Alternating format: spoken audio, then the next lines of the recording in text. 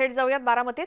उपमुख्यमंत्री अजित पवार बोलतायत. कुणी बसलो होतं का साहेब? तिथं बसले तर मी लांब कुठेतरी बसायचो, जवळ पण बसायचो नाही, बाकीचे सहकारी जवळ बसायचे.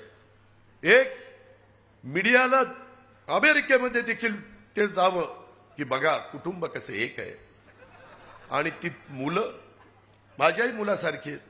मी 91ला तुम्ही मला खासदार केलं बाळासाहेब चंद्रराव देवकाते, आणि ते खासदार केल्यानंतर एकाचा जन्म झालाय. आणि ती काल सांगतोय सगळ्या संस्था साहेबांनी काढल्या.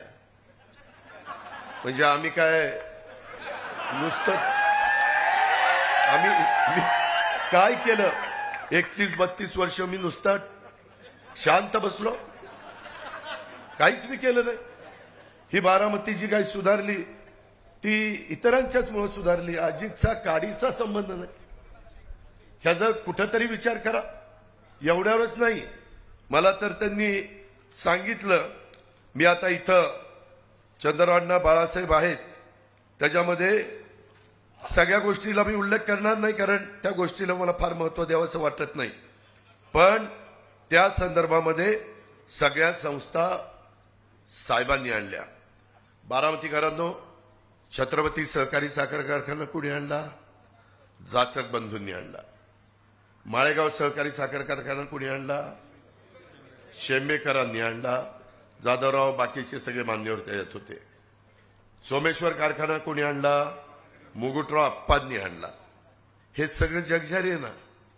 त्याच्यानंतर खरेदी विक्री संघ पूर्वीचाच होता, बाळासाहेब पूर्वीच होता, आपल्या काळात नाही निघाला.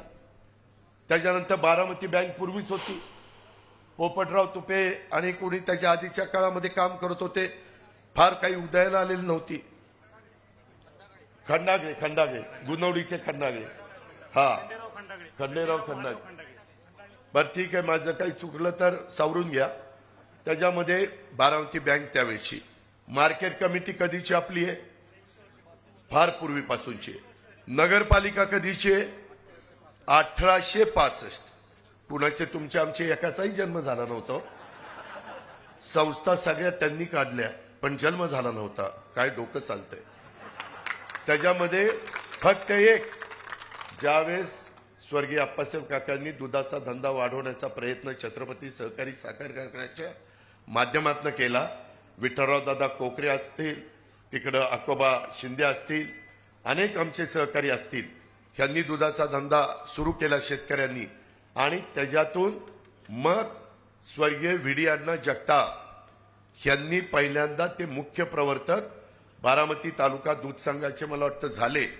आणि तो दूध संघ मात्र साहेबांच्या मार्गदर्शनाखाली निघाला.